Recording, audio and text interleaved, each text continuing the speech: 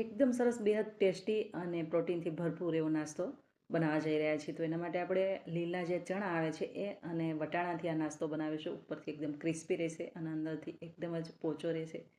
તો આને તમે કોઈ સોસ સાથે અથવા તો ચટણી સાથે પણ સર્વ કરી શકો. એના માટે આપણે મરચાં લઈ લઈશું. 4 નંગ મરચાં આ રીતે કટ કર્યા છે અને 2 આદુના ટુકડા એડ કર્યા છે. હવે પહેલાં તો આને આપણે પીસી લઈશું. મિક્સરની અંદર આને પીસી અને ત્યાર પછી આમાં આપણે વટાણા ઉમેરી દઈશું. તો વટાણા અને ચણા બંને આપણે લીધેલા છે. તો પહેલાં આપણે આ વટાણા છે એ આની અંદર ઉમેરી દઈશું. હવે આ જે નાસ્તો છે આપણે વટાણા અને જે ગ્રીન ચણા લીલા આવે છે એમાંથી બનાવવાનો છે. તો બંને આપણે સાથે દળવાના છે, પણ આપણું જે જાર છે એકદમ નાની સાઈઝનું આવે છે ચટણીનું, એટલા માટે પહેલાં આપણે અધકચરા વટાણા દળી લઈશું અને પછી એક બાઉલની અંદર કાઢી લઈશું ને ત્યાર પછી આપણે એવી જ રીતે જે ચણા છે એને પણ દળી લઈશું. તો આ રીતે જોઈ શકો છો, આને આ રીતે અધકચરું દળવાનું છે અને હવે આને આપણે એક બાઉલની અંદર ટ્રાન્સફર કરી લઈશું. તો આ રીતે આપણે બાઉલમાં પહેલાં કાઢી લઈએ અને ત્યાર પછી આપણે ચણા લઈશું. તો જેટલા મેં અહીંયા વટાણા લીધા છે એટલા જ મેં ચણા લીધા છે. તો આ જારની અંદર જ આપણે આ ચણા છે એ એડ કરી દઈશું અને આ જે ચટણીનો જાર છે એમાં આપણે જે રીતે વટાણાને ક્રશ કર્યા આખા ભાગા એ રીતે જ આપણે ચણાને પણ આખા ભાગા ક્રશ કરી લઈશું. ચણા અને વટાણા અહીંયા મેં કાચા જ લીધેલા છે, બોઇલ કરેલા નથી. તો આ રીતે કાચા ચણા અને કાચા વટાણાનો આ રીતે પીસીને આપણે નાસ્તો બનાવી લઈશું. તો હવે આ ચણાને પણ આપણે જે રીતે વટાણા દળ્યા ને એ જ રીતે દળી લઈએ. તો આ રીતે આખા ભાગા ચણા છે એ દળાઈ ગયા છે. એને પણ આ બાઉલની અંદર આપણે કાઢી લઈશું.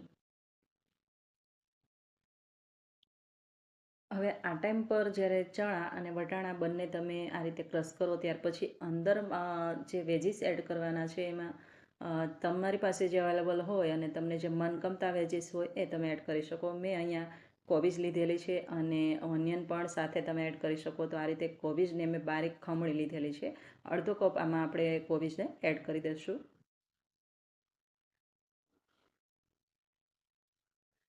અને પછી અડધો કપ મેં ધાણા લીધેલા છે.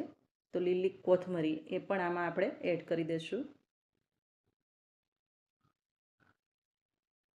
અને ત્યાર પછી પાલક પણ છે. તો થોડી એવી પાલક મારી પાસે અવેલેબલ હતી, હું એડ કરું છું. તમારી પાસે આમાં કંઈ પણ શાકભાજી અવેલેબલ હોય એ એડ કરી શકો. હવે આ પાલક છે એને પણ આપણે આમાં ઉમેરી દઈશું અને એ જ રીતે આપણે ગાજર પણ લીધેલું છે. તો થોડું એવું ગાજર પણ ખમણી અને આની અંદર આપણે એડ કરી દઈશું. પછીથી આપણે સ્વાદ પ્રમાણે સંચળ એડ કરી દઈશું. સ્વાદ પ્રમાણે મીઠું એડ કરી દઈશું. એ પ્રમાણે થોડું એવું આ મરી પાવડર પણ એડ કરી દઈશું. આમચૂર પાવડર 1 ચમચી અહીંયા એડ કરીશું અને 1 ચમચી ધાણા જીરું પણ એડ કરી દઈશું. 1 ચમચી લાલ મરચું પાવડર પણ એડ કરી દઈશું અને 2 ચમચી અહીંયા તલ એડ કરી દઈશું. 4 ચમચી મેં બેસન લીધેલો છે, સાથે જ એડ કરી દઈશું અને આને બાઇન્ડિંગ માટે આપણે બેસન જોશે એટલા માટે મેં બેસન લીધેલો છે. અને હવે આને બરાબર આપણે હાથ વડે આ રીતે મિક્સ કરી લઈશું. તો આ જે મસાલો છે એને હાથ વડે આ રીતે એકદમ સરસ મેશ કરી લેવાનો છે. મેશ થયા ગયા પછી આ રીતે ટીકી બનાવવાની છે. તો રાઉન્ડ શેપમાં મેં અહીંયા ટીકી બનાવી છે. તમે કોઈ પણ શેપ આપી શકો. અને પછીથી આને આપણે તળવા માટે તેલ જોઈશે. તો તેલમાં આપણે સેલો ફ્રાય કરીશું.